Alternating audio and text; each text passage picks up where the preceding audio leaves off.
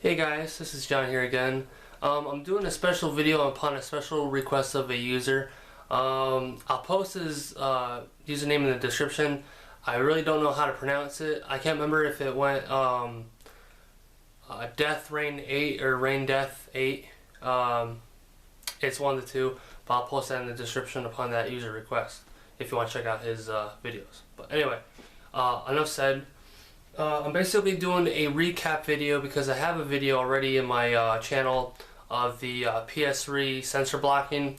I do apologize that it wasn't really detailed. I mean, the lighting was not great, so plus I had a really shitty camera at the time, so I apologize about that. But anyway, I'm here to show you how to actually do it the correct way and with better quality, obviously. So as you guys notice, I'm not holding the camera because my tripod, great tool. So anyway, enough said with that.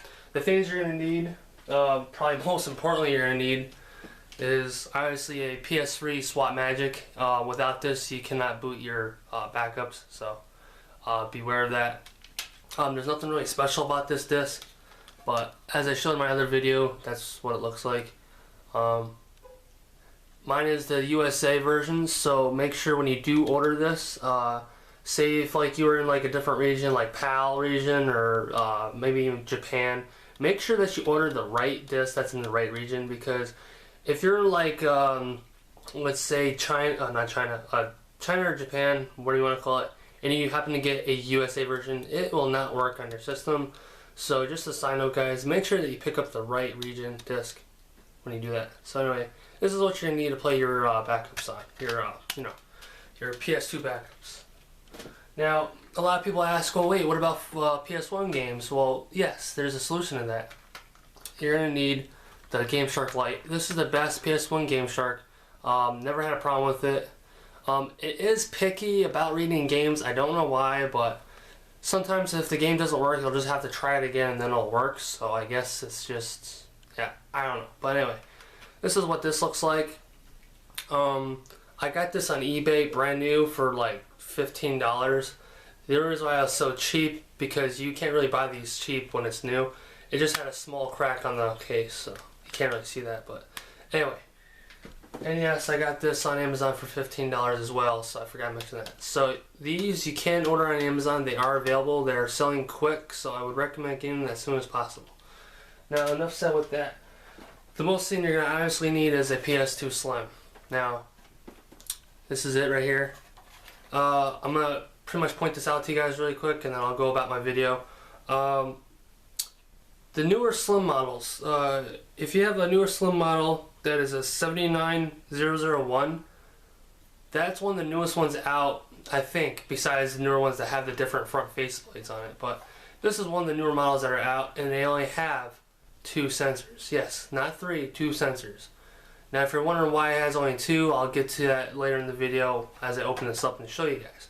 Now, the older models, if you have a PS2 Slim that's below 79001, so let's say you got like one of the 7500s, those are older models. Those will have the the third sensor in there. That's going to be a pain in the ass to try to do. So I'll explain later. So without further ado, I already took off the bottom of the feet on the PS2 Slim. What you want to do is you're going to take 6 screws out. There's going to be 6, if my camera will focus. Come on. Hold on, guys. Yeah, I don't know why it's doing that, but okay. As I was saying, you're going to take these 6 screws out. You can probably see it right on the PS2 Slim. There's 6 screws here. You're going to unscrew those, and then I'll be right back. Oh, and use a Phillips head screwdriver. Okay guys, I'm back. So after you take out your 6 screws, I didn't mean to say Phillips screw. You're gonna need like a smaller Phillips head screwdriver, not the 000s, but the ones that's above the 000.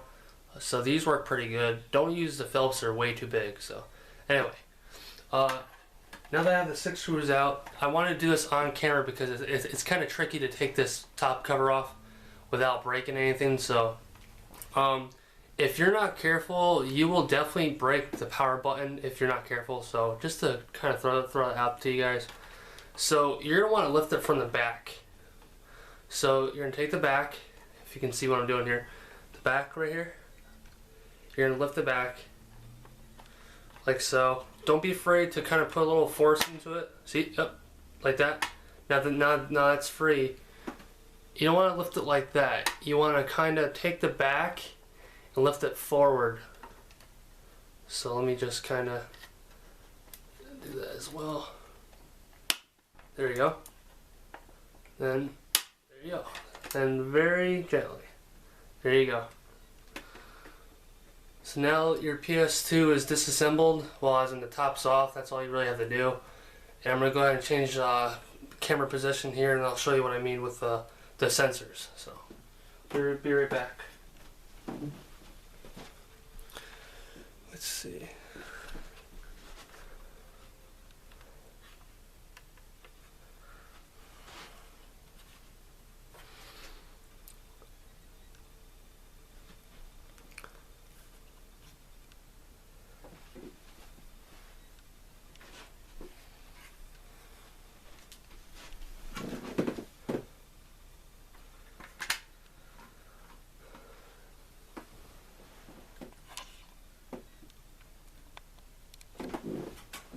Okay, my pause feature is kind of being a little silly. It was still recording, so apologize for the little mute there. I'm going to do it like this. So anyway, the first sensor you're going to notice is obviously on top of the PS2 system. So this is what your PS2 would look like if it wasn't, taken apart. Like this is, the top of it. If you see in there where my finger is, you see that little gap? There's like a little hole right there for where the disc stopper would be. You're gonna actually take that out. That doesn't have to be there. A lot of people did is they would put tape right here to push it back. That's a really bad idea, because if it actually comes undone and the disc is still spinning, it's gonna really mess up your disc drive. So don't do that. Don't. So how to take that out? Let's see. There's a little silver screw here. You see a little silver screw? Right where my finger is. You can't miss it. It's a unique kind of screw. You're gonna take that screw out, and you can actually leave it out, because there will be a little spring here along with the little piece. You can pull it right out, and that's it. So that's your first sensor down. So that sensor won't even actually exist. So your second sensor, you're gonna want to plug this up with a piece of tissue, because, well, the button's not in here, but it's on the bottom half of the PS2 Slim. You're gonna put some tissue in there, like so, and put a little bit of black electric tape on there. You can do it with the system cover off. I mean, it doesn't really matter. Just as long as you can wedge some tissue inside that little hole and then put some tape over it. That's it. That's all you gotta do, I promise. Now, those are the two sensors. Simple, right? So I'm trying to think how to explain about the third sensor. Honestly, this is a new one, so I won't have to show you about the third sensor, but like I said, there's going to be people out there that have the older Slim models. That's fine, terrific. I'll show you how to block the third sensor. Now, the third sensor is actually on the unit itself. Now, this is the front of the PS2 Slim model, like in front of you as it looks, so no confusion there. The third sensor is going to be right here. It's going to be down that little hole area. There's going to be a little tiny tab button, like a little push button. And I can't really show you because it's not there, like it doesn't exist. But if you were to have the older models, look for that third sensor right down in there. Right in there, it's kind of hard to spot, but it's tan color. So if you can't see it, the color is tan. I'll probably help you spot it a little bit better. But you're going to want to use the straw method, because I tried this numerous times with tape, because I had a model that I bought a while ago that was an older one. So tape doesn't really work that well. You're going to want to use a straw mod, and what this is, the straw mod, pretty sure you guys heard of it.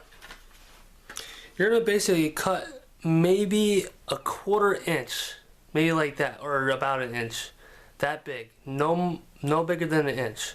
You're going to cut a piece of straw. You're going to go ahead and insert it. I don't know if this will even be able to show you, but Okay, I'll tell you what. It's actually easier if you go underneath the PS2 first. So you're gonna insert the straw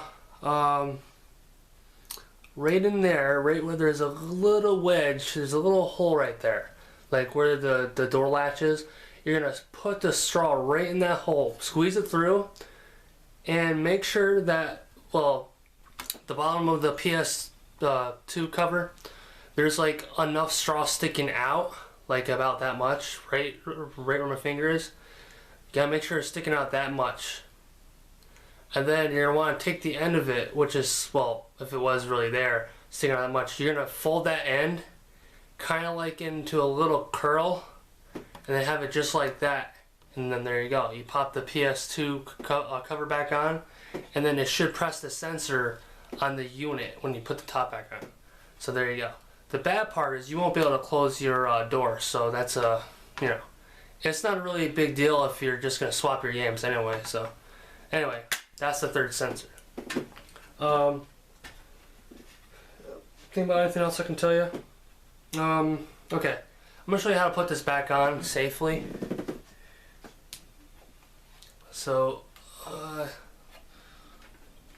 you're gonna want to do this. Take your PS2 unit, the front.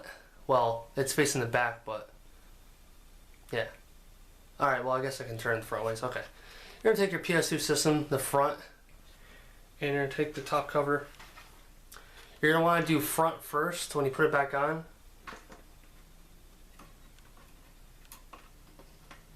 Actually, I can't really see what the hell I'm doing. Let me turn it this way, but you guys know what I mean.